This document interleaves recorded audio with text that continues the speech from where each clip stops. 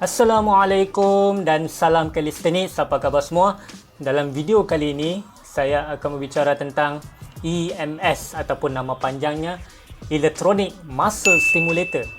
Apa sebenarnya alat EMS ni? Okey, EMS ni adalah satu alat yang mana kita akan letakkan di muscle di badan kita, contohnya di perut ataupun di muscle upper body, bicep, tricep, ataupun di lower body pun boleh, di calf, di quad kita, di glutes. Okey, EMS ni apabila kita letakkan di muscle kita, dia akan menghasilkan satu electric signal, yang mana electric signal ini akan menyebabkan muscle kita melakukan contraction, release, contract, release, seperti mana kita melakukan senaman secara actual.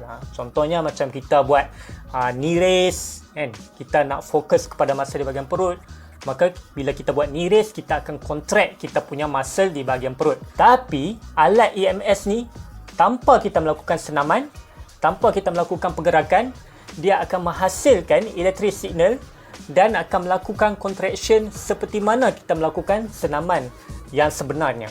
Persoalannya ialah, adakah EMS ini berkesan untuk membina otot? Dan persoalan yang kedua ialah, adakah EMS ini berkesan untuk mengurangkan atau membakar lemak? Jadi saya akan jawab satu persatu. Okey, sebenarnya alat EMS ini pun digunakan dalam fisioterapi, untuk perubatan, yang mana EMS ni akan digunakan untuk stimulate muscle lah. Macam orang yang tidak banyak bergerak, yang hanya baring di atas katil, EMS ni akan merangsang muscle untuk melakukan contraction agar muscle tu ada pergerakan dan tidak berlaku atrofi, yang mana kehilangan muscle yang banyak apabila orang itu tidak banyak bergerak, hanya berbaring dan terlantar di atas katil. Dari segi komersial ataupun dari segi penggunaan harian kepada orang-orang yang normal, EMS mampu untuk membina otot ataupun menghasilkan tone otot yang lebih ketara. Kalau anda tengok di YouTube, ada beberapa orang yang menggunakan EMS ini, kemudian mereka membuat perbandingan sebelum dan selepas menggunakan EMS.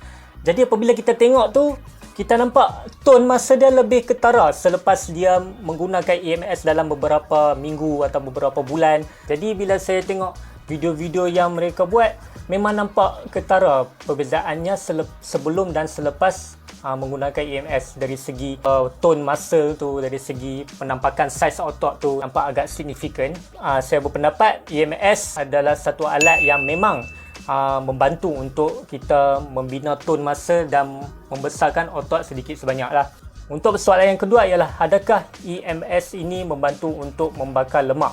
Sebelum ni saya berpendapat EMS ni langsung tak ada membantu untuk membakar lemak, yang mana saya rasa EMS ni hanya membantu untuk nak membesarkan otot, nak mencantikkan otot. Tapi bila saya cuba search beberapa jurnal atau artikel, saya mendapati satu jurnal yang menunjukkan menggunakan alat high frequency current therapy, iaitu EMS itu sendirilah, menunjukkan ada pengurangan dari segi ukur lilit pinggang, subcutaneous fat mass, body fat percentage dan juga BMI lah. Eksperimen itu dilakukan selama 6 minggu. Orang-orang yang dikehendaki untuk memakai EMS ni, mereka menggunakan EMS 3 kali dalam seminggu.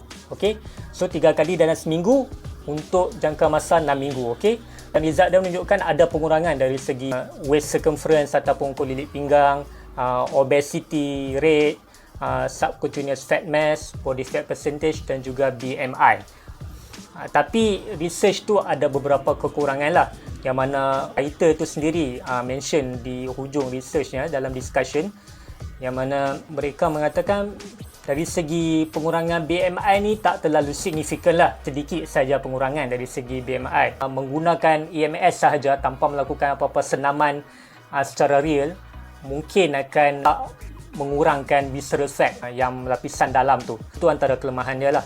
Kemudian dari segi data eksperimen tu, yang mana sampel size yang digunakan adalah limiting factor untuk mengatakan secara umum bahawanya EMS ni berjaya untuk mengurangkan lemak secara signifikan, sebab mereka guna sampel size yang kecil. Lagi satu yang dia mention adalah dari segi analitik data daripada ujian darah orang-orang yang dilakukan ujian tu sendiri. Sebabnya mereka tak ambil sampel darah orang-orang yang dilakukan eksperimen tu. Jadi maksudnya ada beberapa kelemahan lah dari segi research ni. Tapi satu inisiatif yang bagus lah yang menunjukkan kata ada pengurangan dari segi body fat percentage dan yang sewaktu dengannya lah. Secara kesimpulannya saya mengatakan EMS ni bagus untuk membina otot, untuk menghasilkan tone masa yang lebih ketara, yang lebih nampak. Kemudian yang keduanya ialah EMS ini bantu juga pengurangan lemak, tapi saya sarankan anda takkan mampu kurangkan lemak kalau anda hanya menggunakan EMS, okey? Anda perlukan diet yang secukupnya, anda perlukan senaman yang secukupnya. Diet yang saya maksudkan ialah dari segi kalori defisit lah. Maksudnya anda perlu kurangkan kalori, pengambilan kalori harian. Yang tu yang paling signifikan lah. Kemudian senaman tu yang kedua lah. Senaman tu mungkin anda boleh guna EMS juga. Cumanya banding EMS dengan senaman-senaman yang biasa kita buat ni, senaman yang kita buat ni lebih compound lah. Maksudnya kalau kita buat senaman yang contohnya mountain climbers, kita bukan saja fokus membakar lemak dan otot di perut, tapi kita juga menggerakkan sendi-sendi kita yang lain. Kita menahan tangan kita di lantai. Jadi banyak sendi dan otot yang kita gunakan apabila kita melakukan senaman secara real. Jadi ia akan menyihatkan keseluruhan badan kita.